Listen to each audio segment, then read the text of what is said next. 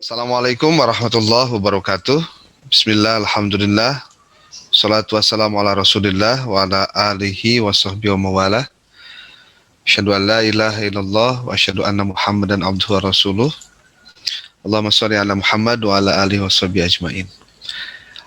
Para peserta, mahasiswa program sarjana, program studi administrasi publik Universitas Muhammadiyah Sukabumi yang saya banggakan. Alhamdulillah hari ini bisa bersama-sama berkumpul dalam ruang Zoom meeting secara virtual. Hari ini kita masuk ke hari kedua dan sesi kita itu tentang pendahuluan. Nah, pendahuluannya terkait dengan tema mahasiswa dan penelitian, titik temu antara soft skill mahasiswa dan implementasi tridharma perguruan tinggi. Ini menurut saya bagian penting untuk sama-sama kita coba telaah, kita coba diskusikan, dan karena ini menjadi kepentingan bersama untuk Anda sebagai mahasiswa. Oke, ini sebagai perkenalan saja antara saya dengan Anda. Saya lahir di Sukabumi, kemudian pendidikan terakhir SMA di Sukabumi, di SMA 1 tahun 95, S1 di UIN Sunan Gunung Jati Bandung. Kalau dulu waktu zaman saya keluar tuh namanya masih IAIN Bandung. Kemudian S2 di UIN Sunan Gunung Jati Bandung dan di Universitas Negeri Jakarta. Menyelesaikan program doktor di UPI tahun 2013. Pengalaman menjadi guru, pernah menjadi kepala sekolah, menjadi pengawas sekolah, menjadi dosen, peneliti, trainer, juga konsultan pendidikan. Spesialisasi saya di bidang administrasi dan manajemen pendidikan, kurikulum, pembelajaran, dan metodologi pendidikan agama Islam.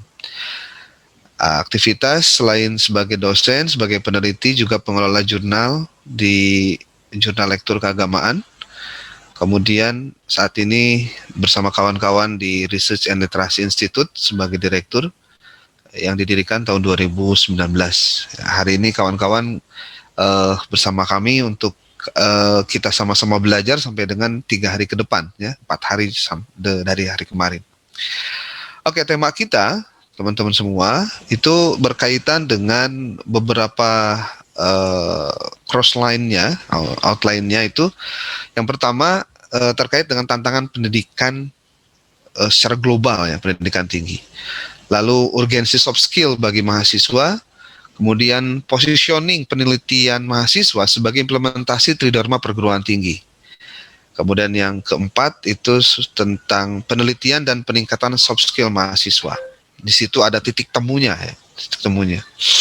Oke. Yang pertama tentang tantangan global perguruan tinggi. Sadar atau tidak sadar, kita itu menghadapi tantangan. Menghadapi bahkan sudah masuk di abad 21 ini. Paling tidak Robert B. Tucker tahun 2001, berarti 19 tahun lalu, hampir 20 tahun lalu mungkin, dia sudah memprediksi bahwa ada 10 tantangan ketika menghadapi abad 21. Dia sebut ada 10 tantangan, dan ketika bicara ke 10 tantangan, yang pertama itu adalah speed, kecepatan. Anda kalau sudah bicara kecepatan itu generasi milenial, biasanya bicara lemot itu pasti paling tidak suka, ya. Pekerjaan kalau tidak cepat itu paling tidak suka. Lebih baik ganti operator, contohnya kalau misalkan handphonenya atau operatornya lambat, contohnya kayak gitu-gitu. Bahkan sekarang itu tingkat kecepatan menjadi ukuran Anda memberikan bintang berapa, itu contoh ke pelayanan-layanan online yang sifatnya delivery, contohnya. Nah, selain kecepatan juga kenyamanan, gelombang generasi, ada pilihan, ragam gaya hidup, kompetisi, harga, ada pertambahan nilai, ada pelayanan pelanggan. Nah, ini karena Anda bicaranya administrasi publik, nah itu bicaranya pasti nggak jauh dari pelayanan pelanggan, ya. Makanya layanan pelanggan ini menjadi bagian penting. Contoh lah, kalau Anda masuk satu operator mau mana contoh, mau Indosat atau mau Telkomsel contohnya, Anda keluar dari sana itu pasti akan diminta memberikan seberapa besar kepuasan Anda. Nah, itu dalam rangka apa? Mengukur kepuasan. Lalu terakhir, kalau dilihat selain teknologi ya, adalah jaminan mutu atau quality assurance. Nah, kenapa yang 8 dan 10 ini kita highlight ya, kita berikan penekanan? Karena dua ini adalah sesuatu yang mau tidak mau kembali kepada diri kita sendiri sebagai person ya. Layanan pelanggan itu berarti bicara tentang apakah dalam diri kita itu memiliki jiwa untuk melayani atau tidak. Termasuk juga jaminan mutu. Kualitas diri kita sangat tergantung pada diri kita sendiri. Dan Anda semua yang hari ini sedang berproses di Universitas Muhammadiyah Sukabumi adalah mereka-mereka yang secara langsung ataupun tidak sedang berproses untuk menjadi seseorang yang berkualitas. Nah, apa tuntutannya?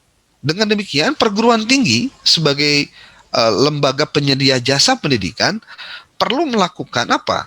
Pertama, dia harus kredibel secara institusional, secara utuh dan menyeluruh.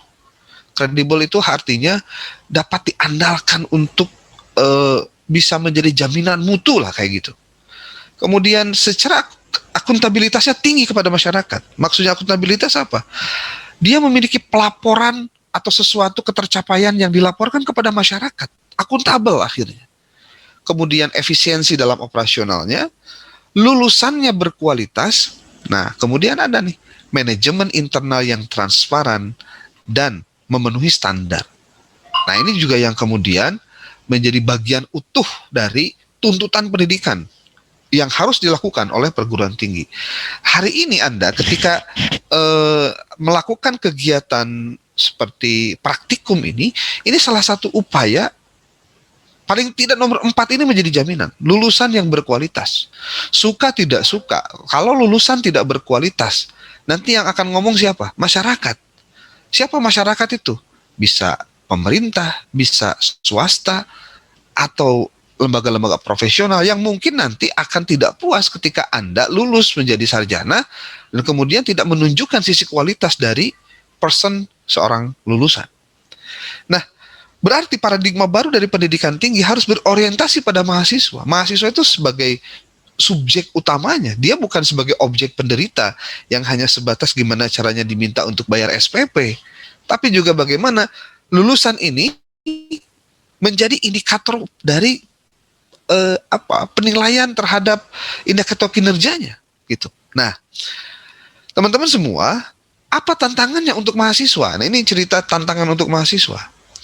Yang harus dilakukan oleh mahasiswa adalah, Anda bisa lihat di sini, bagaimana Anda memulai dulu ketika jadi calon mahasiswa, melakukan proses pembelajaran. Nah, ketika bicara tentang proses pembelajaran, itu pasti ada suasana akademiknya seperti apa, lalu bagaimana proses yang berjalannya seperti apa. Ini bisa lihat nih, ketika bicara lulusan, yang dilihat itu adalah SKL. Apa itu SKL? Standar kompetensi lulusan. Jadi lulusan itu menjadi bagian penting. Anda mau jadi apa nanti setelah jadi sarjana? Kompetensi apa yang dimiliki oleh sarjana nanti? Itu menjadi tanggung jawab kita semua, termasuk Anda sendiri sebagai mahasiswa, untuk memupuk ini. Nah, sementara lembaga pendidikan tinggi harus secara proses dia lakukan dengan benar, kemudian juga dari sarana prasarana juga, dari pendanaan, kemudian dari pengelolaan dan organisasi, sarana prasarana dan lain sebagainya. Sehingga secara eksternal, nanti itu akan ada penilaian terhadap proses yang dilakukan selama Anda ada di pendidikan tinggi. Ya, sehingga nanti ketika Anda di-respect atau dihargai oleh dunia kerja, lalu terdapat penghargaan dari masyarakat, lalu di situ permintaan terhadap lulusan, kami butuh loh lulusan prodi administrasi publik UMI. Kenapa? Kami sudah pernah meng-hire mereka, luar biasa nih, bagus, contohnya kayak gitu. Nah, ini bagian-bagian penting dari upaya untuk memastikan proses yang berjalan ketika di perguruan tinggi itu berjalan dengan sebaik-baiknya. Nah, pertanyaannya, apa yang dapat membuat orang sukses ketika ada di perguruan tinggi? Dapat IP 4, indeks prestasi maksudnya, atau tampangnya keren, Atau calon mertuanya kaya? Ya. Jawabannya ya izin Tuhan dan adanya soft skill sebenarnya. Izin Tuhan itu maksudnya cuma Gusti Allah lah. Tapi nggak bisa juga. Harus ada ikhtiar manusia yang mungkin akan lebih dominan. Ya. Kalau bahasa sederhananya begini. 99% itu kerja keras, 1% itu adalah takdir Tuhan. Kalau ditanya, kok takdir Tuhan cuma 1%? Iya, karena 1% itulah yang akan menggenapkan dan menyukseskan yang 99% itu. Walaupun dia hanya satu. Berarti apa? Kemampuan interaksi sosial seperti komunikasi, kerjasama, kerja keras, dan sebagainya, ternyata itu menjadi bagian penting dari soft skill yang dimaksud untuk menjadi orang sukses. Kita lihat, pendidikan tinggi, di kehidupan pendidikan tinggi Anda, itu kalau masyarakat kampus seperti halnya Anda mahasiswa, tidak membangun di dunia akademiknya itu, sisi inovatif dan sisi kreatif, baik secara akademik ataupun non-akademik, artinya mahasiswa tidak melakukan proses pengembangan diri, jangan ngimpi kalau dia jadi sarjana kelak, dia akan bisa bertahan dan juga siap menghadapi tantangan-tantangan perubahan. Artinya apa? 4 tahun atau 5 tahun Anda kuliah di kampus, walaupun, sekali lagi, walaupun masanya pendek, hanya 4 atau 5 tahun. Tapi 4 atau 5 tahun masa Anda kuliah itu adalah masa efektif Anda untuk skill Anda diolah, dipersiapkan untuk menghadapi dunia kerja atau menghadapi masyarakat. Jadi kalau ditanya, kenapa sih pendidikan tinggi itu penting? Iya, karena Anda ketika berproses dari sekolah dasar, sekolah menengah pertama, sekolah menengah atas, 12 tahun proses Anda itu tidak begitu banyak dipakai, kecuali yang 4 tahun terakhir ketika Anda masuk ke perguruan tinggi.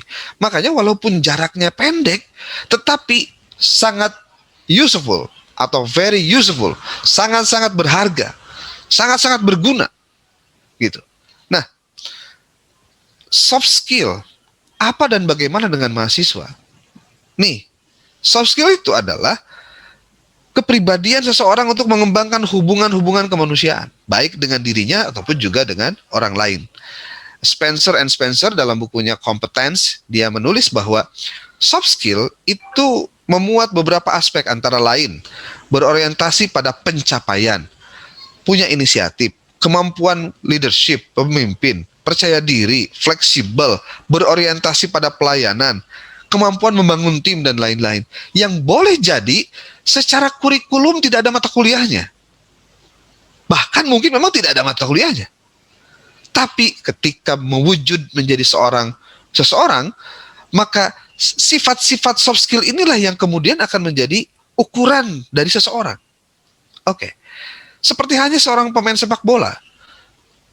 Dia punya soft skill, dia punya hard skill. Apa kemampuan apa sebutnya? Kemampuan teknisnya apa? Dia harus bisa berlari, yes. Dia harus bisa nendang, ya. Ya nggak ada lah ceritanya pemain bola nggak bisa nendang. Atau bisa bertahan untuk seorang pemain penyerang, ataupun juga sebagai gelandang, ataupun yang lainnya. Tapi ketika bicara soft skill, dan ini ternyata lebih ekstrim lagi. Soft skillnya contoh, 1, kerjasama dalam tim, gigih, bermain, mengambil inisiatif, berani mengambil keputusan, termasuk ada leadershipnya, termasuk juga bisa mengendalikan diri. Anda pernah kalau Anda penyuka bola pasti tahu deh namanya Luis Suarez. Itu pemain Barcelona yang sebelumnya di Liga Inggris ya, kemudian dia pindah ke Liga Spanyol itu. Si Suarez ini dari Uruguay. Dia pemain hebat, tapi dia punya bad karakter. Ketika dia di Inggris, dia pernah gigit telinga orang itu, telinga pemain lawan. Gila-gilaan sampai berdarah. Makanya ada meme di internet itu, dia kayak Dracula gitu. Artinya dia punya karakter yang buruk. Tapi kenapa Barcelona hire dia untuk jadi pemain di Barcelona? Sampai akhirnya dia bisa bergabung dengan si Lionel Messi, kemudian juga dengan Neymar waktu itu yang terkenal dengan istilah MSN ya, trio di lapangan gitu. Ternyata Barcelona berhasil mengubah bad karakter menjadi good karakter untuk Luis Suarez itu. Dan ini soft skillnya luar biasa, ya. Karena ternyata kemampuan teknis ketika tidak dibarengi dengan soft skills itu nothing, gitu. Nggak bisa. Anda hebat, Anda pintar, Anda kaya, Anda cantik, Anda tampan, tapi Anda punya punya bad karakter, nothing, semuanya hilang. Kalau bahasa Islam mungkin bahasanya akhlaknya gitu. Karena itu bagian dari soft skill, ya.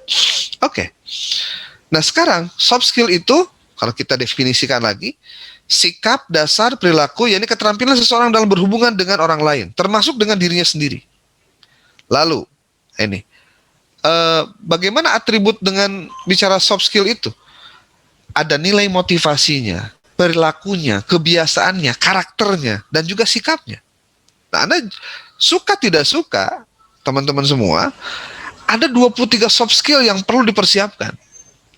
Yang ini menjadi bagian dari kebiasaan para sebutnya tuh perusahaan ataupun juga tempat yang biasanya merekrut orang bekerja.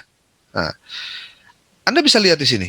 Ada inisiatif, etika integritas, berpikir kritis, kemauan keras, komitmen, motivasi, bersemangat, dapat diandalkan, sampai dengan manajemen waktu. Ini bagian dari apa? Soft skill yang biasanya ada di lapangan pekerjaan. Malah ada yang lucunya itu begini, ini kalau di lapangan pekerjaan yang ini harus Anda ingat betul ini. Seseorang itu di-hire atau dipekerjakan itu karena kompetensinya. Jadi kalau nggak punya kompetensi nggak bisa di-hire tuh, nggak bisa direkrut, nggak bisa.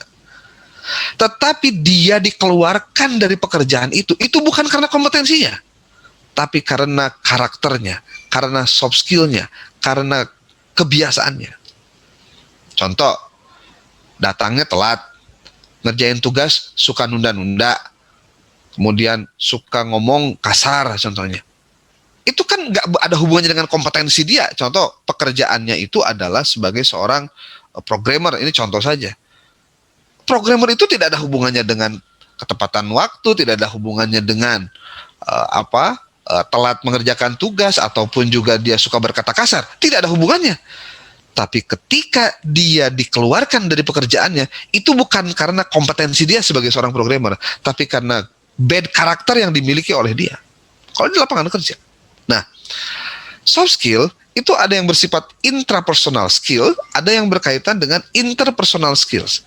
Artinya, ada yang dalam rangka membangun personal kita, ada juga yang bagaimana kita berhubungan dengan pihak lain.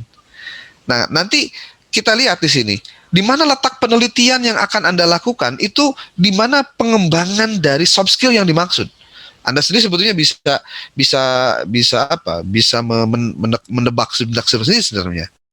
Kalau untuk intrapersonal skills itu transforming karakter, ada transforming beliefs, change management, stress management, time management, creative thinking process, ada goal setting and life purposes, ada accelerated learning techniques. Itu yang berkaitan dengan intrapersonal skills. Kalau yang berkaitan dengan interpersonal skill, itu ada communication skill, relationship skill, building, ada motivation skill, leadership skill, self-marketing skill, negotiation skill, presentation skill, public speaking skills. Ini bagian dari interpersonal skill yang dimaksud untuk bagaimana seseorang itu di dunia kerja siap berhadapan dengan tantangan-tantangan seperti ini. Nah, ada 3 kepentingan dalam pembelajaran soft skills ini. Pertama adalah learning skills. Kita tuh perlu belajar tentang soft skill, itu perlu belajar, bahkan perlu dipupuk. Dan soft skill ini tidak berkaitan dengan tadi saya bilang, tidak ada mata kuliah khususnya. Tapi dari semua progres yang dilakukan oleh Anda selama kuliah, disinilah sebetulnya Anda sedang melatih. Coba Anda lihat, learning skills adalah keterampilan agar mahasiswa selalu dapat mengembangkan diri melalui proses belajar berkelanjutan. Bahkan Anda selesai jadi sarjana pun sesungguhnya itu bukan akhir dari perjalanan Anda kuliah. perjalanan Anda menuntut ilmu itu tidak diakhiri dengan Anda dipakaikan toga, kemudian Anda dianting-anting dipindahkan kanan, bukan itu.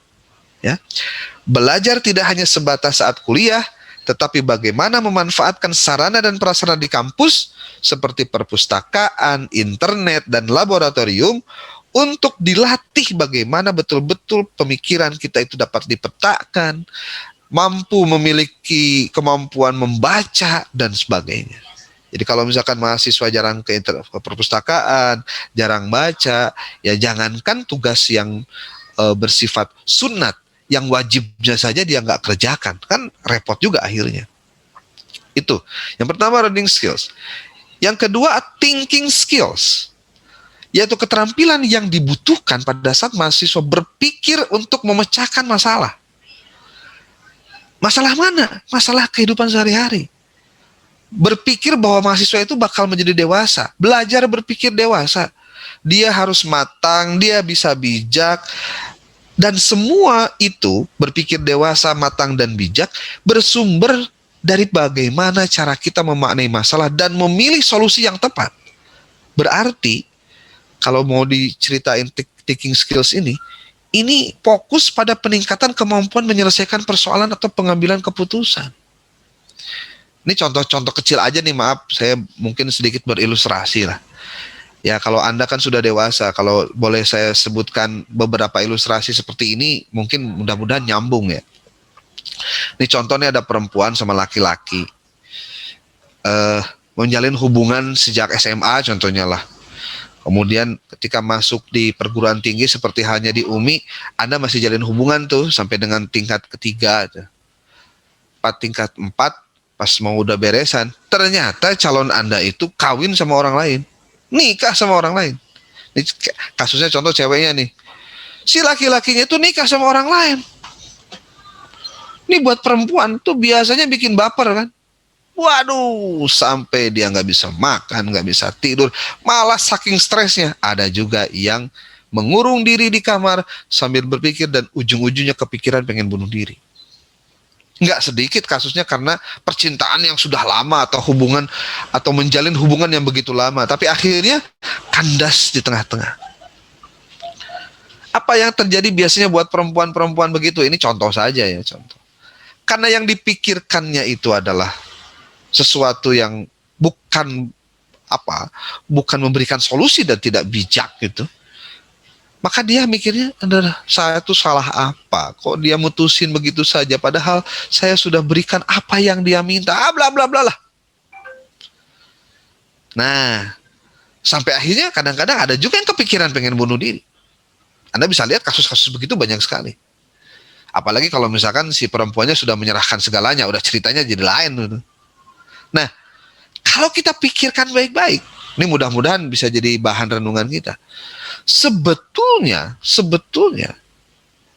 kalau kita belajar memecahkan masalah itu dengan cara yang bijak, cara yang dewasa, cara yang matang, maka sesungguhnya kejadian seperti itu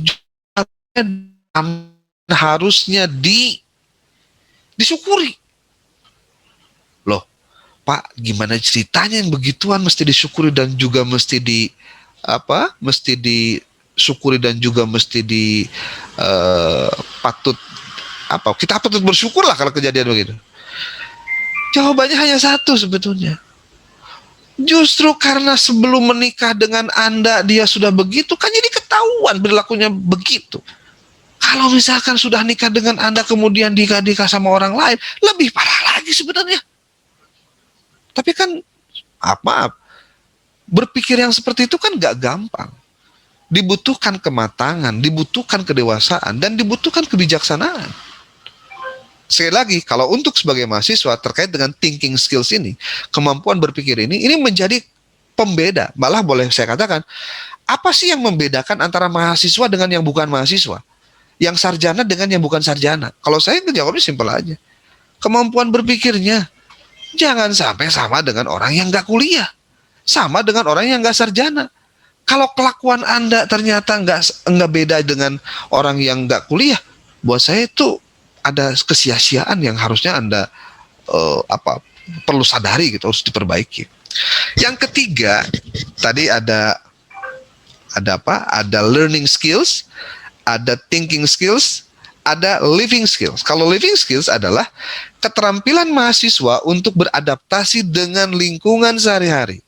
Nah, ini yang biasanya rada susah itu ya. Karena apa? Beradaptasi itu bukan sesuatu yang mudah juga sebenarnya.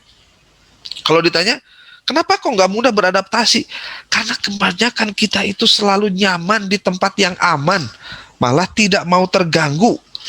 Istilah dalam dunia motivasi disebutnya comfort zone. Saya malah bukan nyebutnya comfort zone, tapi comfort zone gitu. Comfort zone itu apa? Zona di mana Anda sebetulnya tidak diharapkan untuk berubah, karena merasakan sesuatunya itu sudah merasa nikmat tuh. Aduh, sayang dong kalau saya harus pindah nih, kan ini udah enak sekali nih. Pada akhirnya mahasiswa baru yang mungkin baru semester 2, dia akan menghadapi paling tidak 3 masalah. Pertama, kemandirian, yang kedua perubahan lingkungan, dan ketiga problem seksualitas. Wah, itu pengaruh juga. Dan untuk mahasiswa tingkat akhir, dia juga akan mengalami hal yang sama. Kemandirian akan diubah. Boleh jadi orang tua Anda bilang, kamu nanti kalau udah beres kuliah, mama sama papa mau kasih lagi biaya buat kamu. Kamu cari sendiri. Boleh jadi begitu. Di situ kan ada proses yang harus Anda alami. Sebuah transisi untuk membuat Anda dewasa seharusnya. Nah, mahasiswa baru, nih buat Anda yang mungkin ada di Zoom ini yang baru semester 1, semester 2, dituntut mandiri, bisa ngatur waktu, uang, maupun kepercayaan dan kematangan dalam pengendalian dorongan seksualitas. Karena pasti kan Anda ketemu dengan dunia yang dunia yang baru yang sebelumnya mungkin ketika SMA tidak Anda alami. Oke, jadi ada living skills, ada thinking skills, kemudian ada learning skills. Itu 3 kepentingan dalam pembelajaran soft skills, ya. Nah, apalagi ini, bagaimana proses belajar mengajar di perguruan tinggi? Bisa dilihat oleh Anda semua, dosen ke mahasiswa itu boleh jadi hard skills ke soft skills, mengutamakan isi. Tapi dosen antar mahasiswa itu soft skills ke hard skills, mengutamakan proses. Jadi kalau Anda belajar di kampus sekarang ada pelatihan penelitian dan Anda harus ke lapangan di luar kampus, itu sebetulnya mengkaji dan mengharapkan Anda memiliki soft skill yang baik, soft skill yang tinggi, ya. Nah, coba Anda lihat ini, sebuah tabel, soft skills-nya itu harus 80% dan hard skills-nya itu 20%. Nih, hard skills. Ini sistem pendidikan kita masalahnya. Pendidikan di kita itu lebih mengedepankan hard skills-nya daripada soft skills-nya. Sementara, teman-teman semua, Anda lihat, pendidikan di perguruan tinggi harus bisa mengantarkan mahasiswa sampai ke tujuan terakhir dia. Sebelum mendaki gunung, ya perlu dibekali banyak hal. Kompetensi lulusannya, nih hard skills, Anda dapatkan dari intrakurikuler, dari kuliahan. Tapi soft skill-nya, ingat loh, Anda akan dapatkan baik dari intrakurikulernya, dari co-kurikulernya, atau dari ekstrakurikulernya. Makanya kalau mahasiswa itu, maaf ya, kuulen, tidak mau bergaul, dia hanya kampus, rumah, kampus, kampus, rumah, kampus, pasti akan beres, cepat waktu. Betul, yang gituan pasti selesai juga, tapi soft skill-nya tidak terbangun. Nah, maka bagaimana mengantarkan mahasiswa menuju kesuksesan? Dari secara proses akademik, dia pasti dapat IP dong, indeks prestasi, yes. Dan ini bisa mendapat lapangan kerja. Bentar, Anda bisa lihat di sini, bahwa ketika di lapangan kerja, Anda itu yang dibutuhkan soft skills. Hard skill itu pada akhirnya nanti nempel saja pada kepribadian Anda. Nah, dalam proses ini, sebagian mahasiswa yang tidak pernah mengikuti kegiatan organisasi, ini biasanya, ataupun juga kegiatan-kegiatan lain, selama masa studi di perguruan tinggi, disinyalir, lemah dalam kemampuan leadership, berdiskusi dan berkomunikasi, dan bekerja sama dalam sebuah tim. Maka kegiatan apa saja yang akan membangun nilai karakter ini? Anda bisa lihat di sini. Bagaimana pengembangan success skill orientasi studi, ada pengembangan kreativitas, pelatihan kepemimpinan, kewirausahaan, dengan harapan muncul nilai karakter dalam kegiatan-kegiatan itu. Ya. Nah, sekarang pertanyaannya, adakah riset yang pernah dilakukan oleh orang terkait dengan bagaimana kualitas lulusan perguruan tinggi yang diharapkan di dunia kerja? Anda bisa lihat di sini. Dilakukan oleh National Association of Colleges and Employers tahun 2002 loh. Tapi ini penelitiannya masih up to date sampai sekarang. Mensurvei 457 pimpinan. Apa yang disurvei? Sebetulnya dunia kerja itu mengharapkan apa sih dari lulusan perguruan tinggi? Anda bisa lihat di sini. Nomor 1, 2, 3, 4, 5, 6, 7, 8, 9 sampai 16 itu bicara soft skill semua. Baru nomor 17 ngomongin IPK. Berapa IPK Anda? Ternyata IPK-nya IPK itu ada dalam urutan ke-17 dengan skor 3,68. Bahkan 20 dari semua kualitas lulusan perguruan tinggi yang diharapkan di dunia kerja, hasil research National Association of Colleges and Employers di Amerika ini, hanya satu saja yang bersifat hard skill. Selebihnya adalah soft skill. Dan yang pertama adalah kemampuan komunikasi. Keduanya kejujuran, integritas. Ketiganya kemampuan bekerja sama.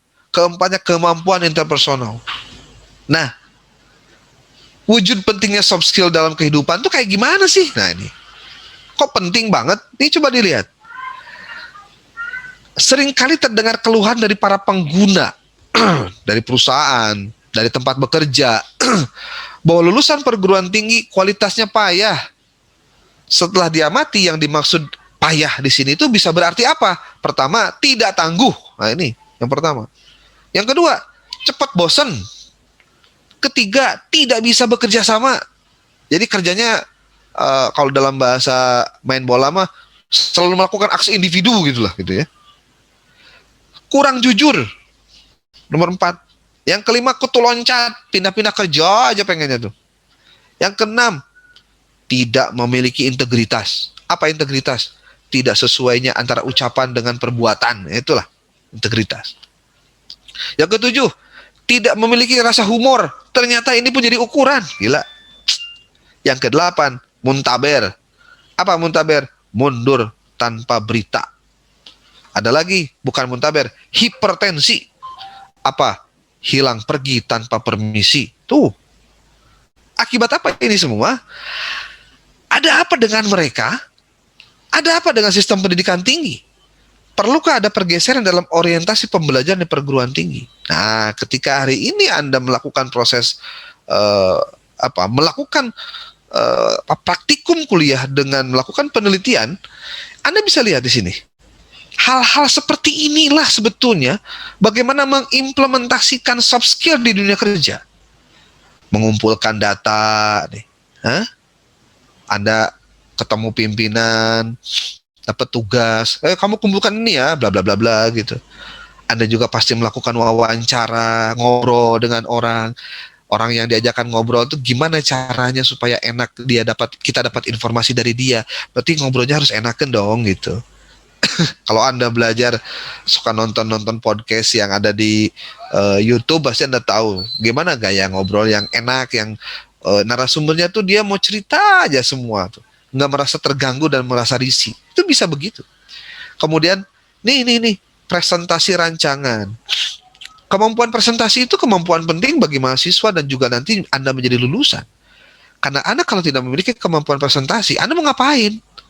Bagaimana cara Anda menyampaikan gagasan hebat Anda kepada pimpinan Anda, kepada atasan Anda, kepada owner dari perusahaan ataupun juga dari tempat kerja Anda contohnya. Lalu, presentase ide dan gagasan, ini juga penting. Kemampuan itu artinya apa? Inilah soft skills di dunia kerja yang bakal Anda hadapi.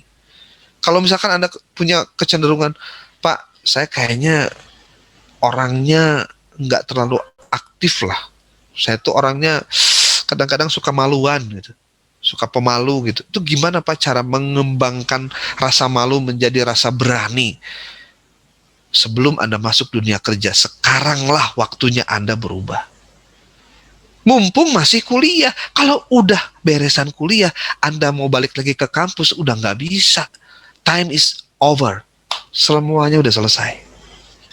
Nah, apa yang menjadi faktor yang memberi kontribusi keberhasilan dalam dunia kerja?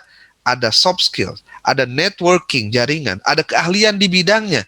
Dan Anda harus punya secara finansial. Paling tidak modal lah, modal. Bukan modal buat nyogok, awas nih, ya. Kalau buat modal buat nyogok mah ya atung ene berarti Anda nggak punya soft skill yang benar ya. Kalau cuma nyogok doang gitu. Inilah faktor yang memberi kontribusi keberhasilan dalam dunia kerja. Soft skill penting. Nah, tadi sudah ini. Nah, dunia kerja memilih perguruan tinggi yang lulusannya punya karakter-karakter yang penting bagi dunia kerja. Majalah Tempo pernah melakukan research, dia menyebutkan ada 10. Kalau tadi ada 20, sekarang 10. Lebih ekstrim lagi, mau kerja keras. Emang gampang kerja keras? No, nggak gampang. Kebanyakan orang tuh gampang putus asanya. Dapat tugas sedikit aja dari dosen langsung tepok jidat. Kan nggak sedikit yang begitu. Aduh, susah amat nih tugas, dosen killer nih, gila banget, bla bla bla bla, ngomongnya sembarangan. Padahal itu tuntutan biar Andanya punya jiwa pekerja keras. Kemudian, punya kepercayaan yang tinggi, self confidence-nya tinggi, punya visi ke depan, bisa bekerja dalam tim, memiliki kepercayaan matang, kemampuannya berpikir analitis, mudah beradaptasi, mampu bekerja dalam tekanan. Apalagi kalau wartawan Anda lihat itu, dia itu bakal keluar potensi terbaiknya, adrenalinnya keluar justru ketika sudah deadline. Jangan lupa nanti jam 12 malam you harus setor tuh tulisan. Kalau enggak lu gua pecat. Akhirnya karena takutnya pecat, akhirnya orang tuh kerja keras banget. Bekerja dalam tekanan itu penting, walaupun tidak semua orang siap dengan bekerja dalam tekanan. Ada juga orang yang justru bekerja dalam tekanan, dia stres. Gua punya pimpinan killer banget, udah gua mau keluar, nggak enak, ngapain kerja di sini, ditekan terus, mesti A, mesti B, mesti C. Ya nanti kita lihat apakah tekanan yang dimaksud itu akan menggali potensi terbaiknya atau justru menguburkan potensi terbaiknya. Itu sebetulnya tergantung respon kita, ya. Cakap berbahasa Inggris, nah ini juga penting nih. Sekarang bahasa Inggris udah jadi bahasa biasa. Anak kecil aja di YouTube ngomong bahasa Inggris biasa. Masa yang lulusan perguruan tinggi ngomong bahasa Inggris mesti salah-salah juga gitu. Belajarlah dari sekarang. Iya kan Pak, belajar bahasa Inggris cuma 2 mata kuliah atau dua penyajiannya hanya 2 semester. Paling cuma 4 SKS atau malah ada yang satu semester cuma doang. Gimana kita bisa pinternya? Nah ini, Anda kalau pinter bahasa Inggris jangan ngarepin dari kampus. Berarti Anda harus punya kepintaran mengatur waktu untuk belajar pada saat tidak ada orang yang mau belajar. Contoh, kuliahnya 8 semester, kuliah bahasa Inggrisnya cuma 1 semester. Rugi nggak? Nggak rugi. Andanya yang harus pintar. Kalau Anda nggak pintar, ya udah, lewat lagi. Wassalam, sudah. Ya. Terakhir, menurut Tempo adalah mampu mengorganize pekerjaan. Nah ini penting nih. Bagaimana perencanaan, bagaimana pengorganisasian, bagaimana pelaksanaan, bagaimana kontrol atau evaluasi. Ini bagian penting dari sebuah proses yang harus diorganize, ya. Oke. Nih, ingat perjuangan menuju harapan Anda nanti yang apalagi yang sudah semester 8 ini. Ini perjalanan semesternya nih dari semester 1, 2, 3, 4, 5, 6, 7, 8. Anda bakal ngalamin ini. Ya. Apalagi yang sudah ngalamin. Yang sekarang semester 2, mungkin nanti ngalamin semester 3 dan 4. Terus saja Anda tuh selalu akan begini. Termasuk yang semester ini mungkin udah semester 9 ya. Nih, Anda lihat. Mungkin di sini soft skill Anda harus tetap percaya diri. Harus cepat adaptasi. Hilangkan rasa bimbang. Raih prestasi. Jangan mulai, aduh saya gimana ya. Jangan. Sekarang harus punya orientasi. Ingat, perjalanan Anda menuju garis finishnya udah jelas. Wisuda, dapat gelar. Nah, perjalanan menuju finish ini yang harus Anda tempuh benar. Gak boleh enggak. Apalagi, perbanyak teman. Belajar banyak teori. Ikuti perkembangan. atur waktu untuk belajar, ikut organisasi. Ini di semester 1 2 nih. Di semester 3 dan 4 ya. Kemudian di semester 4, 5 dan 6 berpikirnya ke depan, kritis, perbanyak baca dan informasi aktual, berpikir inovatif dan kreatif semester 1 dan 2. Lalu bagi waktu Anda 70-30. 30 untuk waktu kehidupan pribadi Anda, 70% untuk kehidupan organisasi, belajar, kemudian kampus, itu harus banyak waktunya, ya. Dan kalau udah semester 7 dan 8, teman pilihannya siapa? Ya maksudnya harus banyak babaturan wae lalaki hungkul gitunya. Orang ban meureunana kudu berumah tangga. Ya harusnya ada pilihan lah. Paling tidak orang sudah kepikiran menuju ke arah sana. Ya normalnya begitu kali ya. Kemudian aktif dalam kegiatan ilmiah, mau seminar, diskusi, bedah buku, mengikuti perkembangan, persiapkan judul skripsi, berpikir masa depan, kurangi waktu untuk organisasi. Nah, di sini sudah ada waktunya nih. Anda harus sudah mulai geser-geser nih. Karena apa? Anda harus banyakkan waktu buat beresin skripsi, ya. Kemudian bagi waktunya 90% jadi 10%. Paling tidak ini gambaran gimana caranya mengorganize, ya, sekali lagi. Mengorganisasi kehidupan kita sendiri. Begitu. Nah, kalau misalkan sudah saya semester 9 nih, gimana belum tuntas juga. Jangan putus asa. Ingat, berpacu dengan waktu, lebih konsentrasi pada penyelesaian kuliah. Waspada, nggak boleh DO. Nah, itu aja. Ya, rugi loh. Orang tua Anda nangis kalau Anda sampai nggak lulus itu. Ya, orang tua Anda itu kenapa sih waktu anaknya wisuda nangis? Itu bukan nangis sedih, ingat cicilan cicilan hutang buat ngebiayain anak kuliah. Enggak, dia mah nggak inget itu, enggak.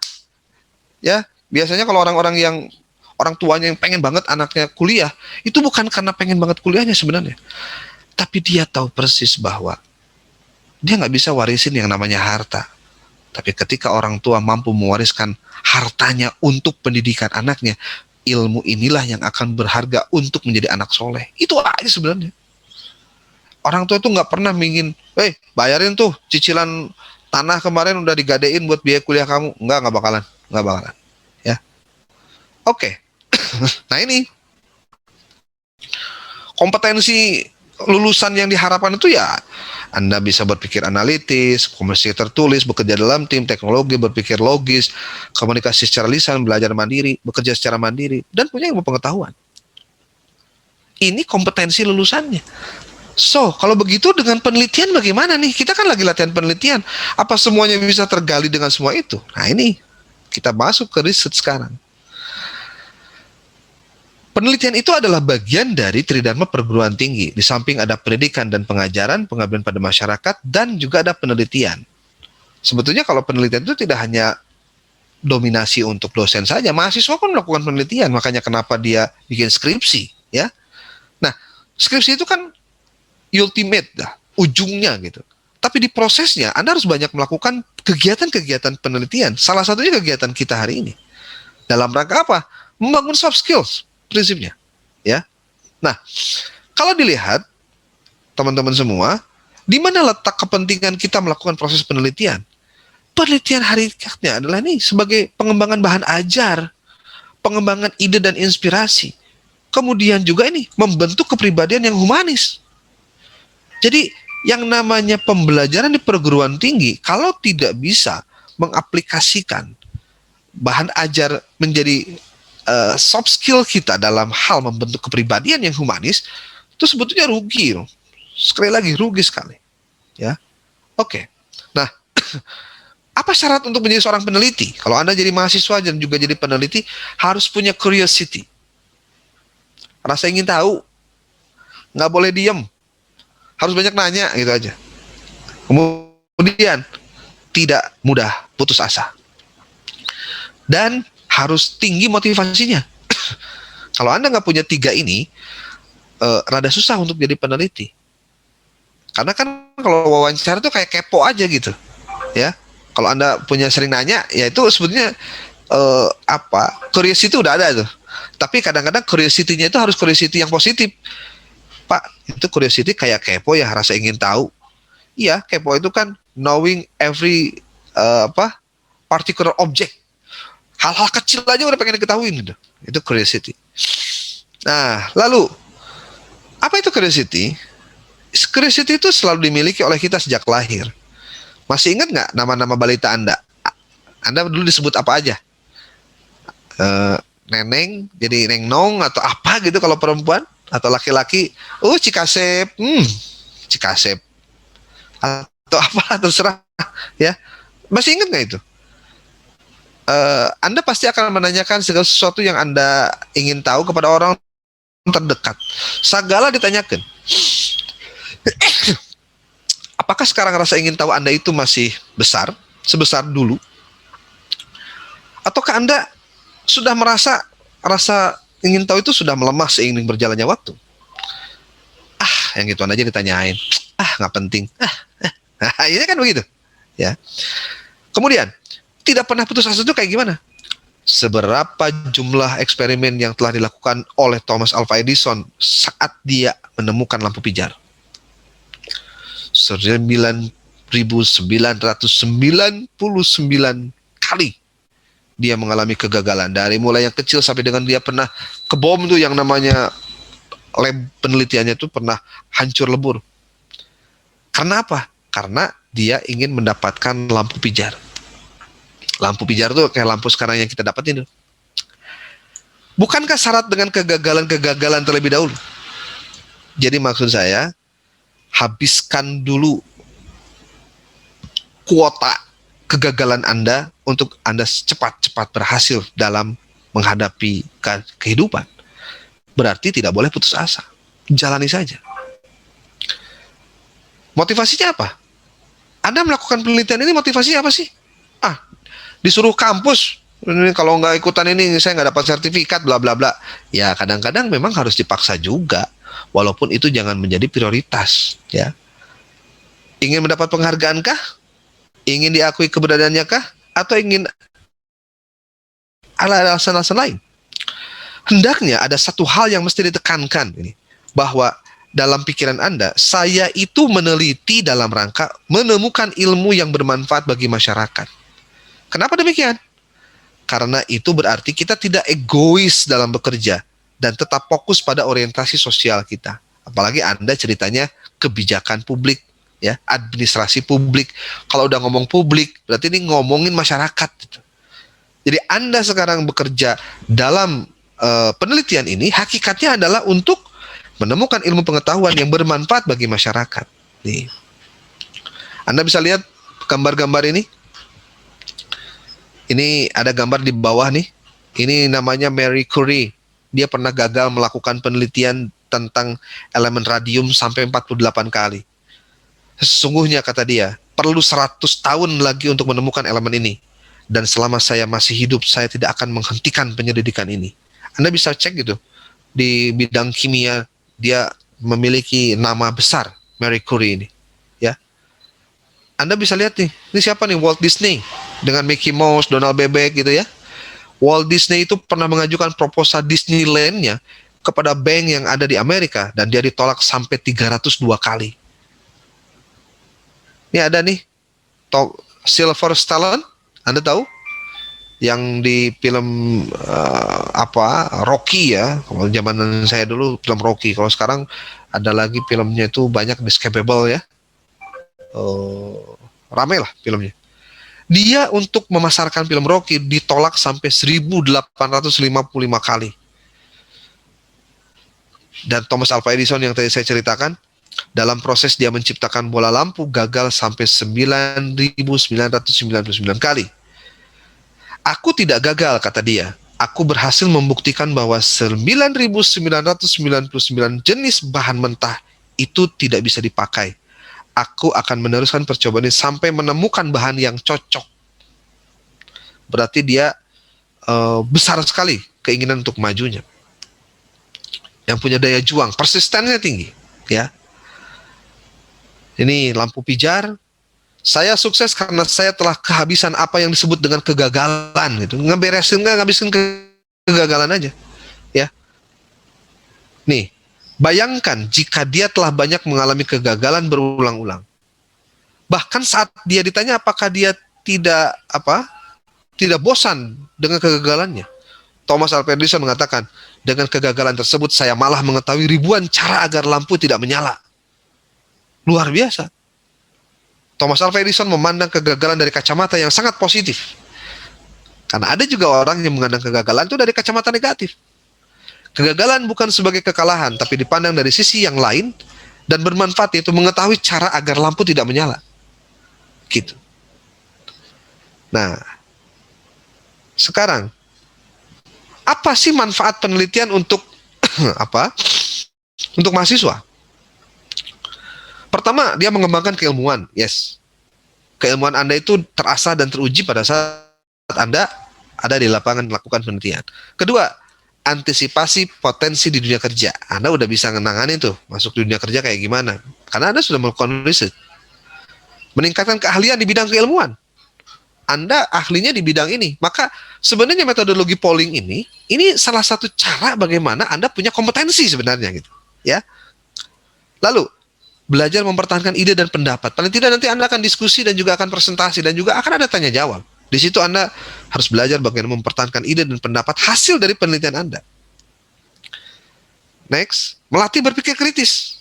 Paling tidak mikir gitu, kenapa ini kejadian begini, kenapa jawabannya begini, kenapa hasilnya begini. Itu berpikir kritis. Kemudian meningkatkan kepercayaan diri. Supaya kalau misalkan Anda percaya diri kan enak. Confidence gitu, itu kan karena Anda melakukannya langsung. Ini maaf nih buat mereka yang pernah dengar ya cerita ada mahasiswa S1 dibikinin skripsinya sama orang lain. Itu sebenarnya dia nggak punya percaya diri, makanya kenapa pada saat sidang skripsi biasanya dia nggak bisa ngomong. Lah iyalah, dia nggak merasa dirinya bikinin skripsi itu kok. Itu kan itu aja kecil sebetulnya, simple, tapi benar-benar ngefek gitu. Meningkatkan kemampuan presentasi dan argumentasi. Tadi itu sudah dijelaskan dan ini lebih diperdalam lagi. Ada presentasinya tuh. Meningkatkan kemampuan memecahkan masalah. Mendapatkan pemahaman lebih baik mengenai permasalahan yang nyata. Ini juga keuntungan untuk mahasiswa ketika dia melakukan penelitian. Lalu meningkatkan kemampuan berpikir logis dan sistematis. Ngomongnya nggak lagi ngacruk gitu, nggak capruk kalau Sunda bilang itu, ya.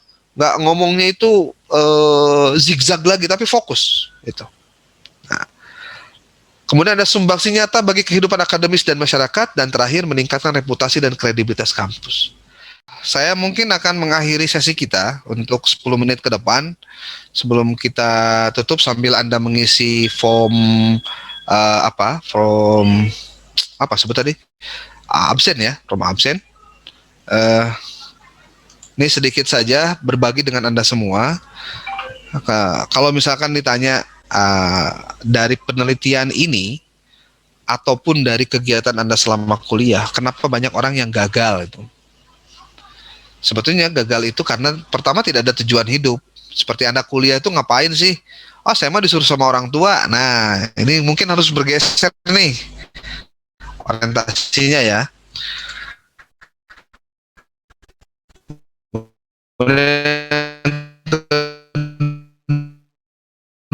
Kedua, tidak pernah mencatat tujuan. Menjadi bagian dari alasan kenapa orang banyak gagal. Lalu banyak rencana tanpa tindakan. Nah, ini juga nih yang sedang kuliah-kuliah, bawa-bawa Anda tuh banyak rencananya tapi tindakannya nggak ada dieksekusi gitu. Ada lagi, kenapa orang itu banyak yang gagal? Karena tidak yakin untuk sukses. Lalu malas. Nah, ini malas tuh sekarang tuh musuh terbesar di era mager sekarang ya. Salah berteman. Nah, mungkin temannya nggak malah ngajak jadi nggak rajin, jadi nggak malas, jadi akhirnya nggak mau sukses. Manajemen waktunya lemah, nggak bisa ngatur waktu. Nah, jangan beralasan apapun, pokoknya di manage saja. Mau Anda aktivis organisasi, mau Anda tidak aktif juga, saya sarankan manajelah waktu supaya Anda kuat. Kemudian kurang pengembangan diri. Nah, ini juga gagal banyak orang itu gara-gara kurang pengembangan diri. Maksudnya gimana sih Pak pengembangan diri itu? Ya ikutlah banyak kegiatan kayak seminar, workshop, webinar itu sekarang tuh banyak banget itu.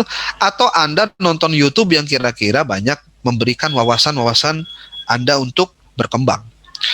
Kemudian tidak ada komitmen untuk sukses juga, ini bagian penting. Anda pengen nggak jadi mahasiswa yang tepat waktu, selesai dengan sangat terpuji contohnya, ya kejarlah itu. Harus ada komitmen ya. Dan kurangnya hubungan antar manusia. Nah, mungkin perbaiki cara berkomunikasi Anda dengan orang lain. Yang masih pasif-pasif, tolonglah mulai terbuka untuk mau bertanya kepada orang. Bertanya, ditanyaan, itu harus sudah siap ya. Itu. Apalagi bodoh dan sombong itu biasanya suka jadi penghalang orang gagal. Gitu. Bodoh itu bukan berarti nggak tahu apa-apa, tapi orang yang tahu apa-apa, tapi dia tidak mau menerima pendapat dan saran dari orang lain, itu bodoh. Sombong itu diantaranya selalu melihat orang lain lebih rendah dari dirinya, sehingga dia nggak perlu dengar tuh apa yang dikotain sama orang lain, itu juga jadi soal. Ya, oke, ingat bahwa ketika Anda gagal merencanakan, maka sebenarnya kita sedang merencanakan kegagalan. Dalam penelitian pun sama, gagal merencanakan penelitian sebetulnya sedang merencanakan kegagalan dalam penelitian. Nah, ada 8 prinsip sukses ketika Anda mau menjalani proses bagaimana menjalani hidup dengan soft skills tadi, hard skills tadi, penelitian ini dan lain-lain. Ada yang terjadi adalah yang terbaik. Kalau saya mau, saya pasti bisa. Tidak ada kesuksesan tanpa komitmen, dan orang yang sukses tidak pernah putus asa. Dan terakhir, tidak ada yang abadi. Jadi gimana dong? Semua harus dilakukan dengan penuh percaya diri. Anda kuliah di UMI, jangan sampai bikin Anda jadi tidak percaya diri. Anda harus percaya diri. Kalau Anda nggak percaya diri, gimana orang percaya Anda? Gitu, ya. Makanya dampingi dan kuatkan dengan kompetensi-kompetensi yang bagus. Dan penelitian itu bagian dari kemauan Anda untuk melakukan itu. Jadi menarik sebetulnya meneliti itu. Ya, menarik sekali. Ya, research. Dari mana Anda bisa melakukan penelitian? Dari pengalaman, deduksi dari teori, ada juga dari literatur, komunikasi dengan ahli, pendapat pemakai hasil penelitian, diskusi dengan sejawat, media lain dalam arti luas. Saya pikir ini hanya satu bagian dari sekian banyak bagian yang Anda akan dalami nanti pada saat Anda mengikuti proses sesi workshop kita. Makanya saya sangat berharap Anda betul-betul bisa mengikuti kegiatan workshop ini sampai dengan akhir. Siapkan alat tulis Anda. Kalau saya boleh saran aja, saran. Anda ngikut kegiatan workshop ini pakai laptop. Saya yakinlah Anda pasti punya laptop. Pakai laptop, kemudian pakai jaringan yang bagus gitu. Mau pakai handphone atau pakai wifi. Lalu yang kedua, Anda duduk dengan tenang, kalau bisa kamar kunci gitu. Siapkan alat tulis ya. Dan Anda bisa telah langsung belajar. Insya Allah banyak hal yang bisa didapatkan dari kegiatan ini, terutama dalam rangka peningkatan kompetensi Anda sebagai mahasiswa. Saya pikir moderator itu saja yang bisa disampaikan. Hal-hal lainnya mungkin kita bisa nanti diskusi. Dan kabar menarik buat Anda, saya selaku Direktur RLI akan memberikan sebuah voucher, bukan voucher malah beasiswa lah. Beasiswa nanti untuk mahasiswa UMI yang ikutan kegiatan kita nih, kegiatan workshop ini, untuk mengikuti kegiatan lanjutan dari kegiatan workshop penelitian ini, dan itu gratis, tidak bayar. Kita sediakan untuk maksimal 20 orang atau 25 orang, nanti kita akan sampaikan. Kayaknya kalau 20 orang yes lah. Untuk 20 orang yang betul-betul ingin mendalami tentang masalah penelitian. Ya. Kita akan berikan sesi khusus, dan itu sifatnya sebutnya beasiswa. Jadi Anda tidak perlu bayar, Anda tinggal ikut kegiatan saja. Dan nanti akan ada praktik juga untuk ke lapangan seperti apa dan lain sebagainya. Itu nanti di akhir ketika kita nanti akan pembagian sertifikat, nanti akan saya sampaikan program ini. Dan nanti kalau ada yang mau, nanti akan kita seleksi. Atau kalau misalkan kita memilih orang-orang pun bisa. Tapi kan kalau memilih orang-orang, jangan-jangan orangnya nggak mau gitu. Tapi makanya lebih baik kita seleksi saja. Nanti barang siapa yang mau ikutan boleh. Tapi nanti ya, mungkin perjalanannya masih beberapa kali pertemuan. Cuma ini spoiler aja buat Anda. Kalau misal Anda ingin mendapatkan tambahan materi untuk kegiatan penelitian yang akan datang, RLI akan membuka program beasiswa untuk mahasiswa UMI yang ikut kegiatan workshop ini. Ini tidak terbuka untuk orang lain ya, hanya mahasiswa UMI yang ikut kegiatan workshop kita untuk mendapatkan workshop tambahan atau pendampingan tambahan terkait peningkatan kompetensi di bidang penelitian. Terima kasih, dari saya cukup sekian dan mohon maaf apabila banyak kekurangan, kelemahan dan juga hal-hal yang mungkin saja menyinggung perasaan Anda. Saya mohon maaf. Dalam artian kita ingin silaturahmi dan diskusi ini terus berlanjut, tidak hanya sebatas pada kegiatan saat ini saja. Terima kasih. Billahi taufik wal hidayah. Wassalamualaikum warahmatullahi wabarakatuh.